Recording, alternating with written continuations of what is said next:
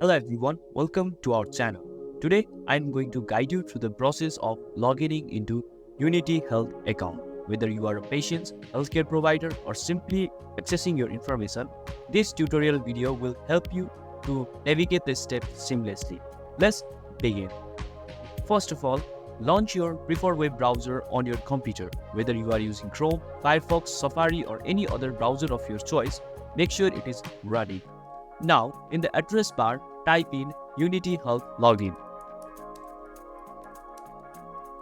Once you type in the Unity Health Login, hit enter and you will be reached to the Unity Health Login website.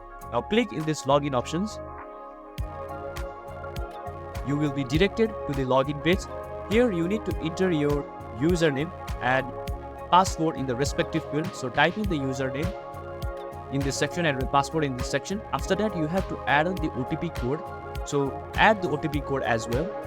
After entering your credentials, double check to ensure they are accurate. Once you are certain, click on the login options below the login field.